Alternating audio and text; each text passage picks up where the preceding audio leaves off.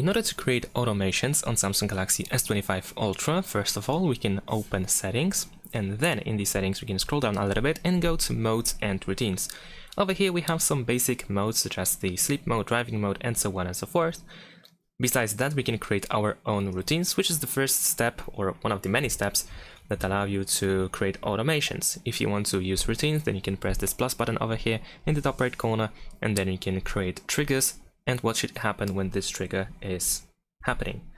Besides that, you can also use Discover. So in this section, you can find some of the pre-made options, such as if you are at school, which is based on the place that we can set over here. So if you select place, then you can set it on. Then something happens. So the sound mode and volume is switched to vibrate mode. We can change the lock screen shortcuts and so on and so forth. As you can see, also we can choose what should happen when the retune ends. Besides that, as you can see, the list goes on and on and on. So we can start actually with these Discover options and then work around them and improve them or adjust them to our needs.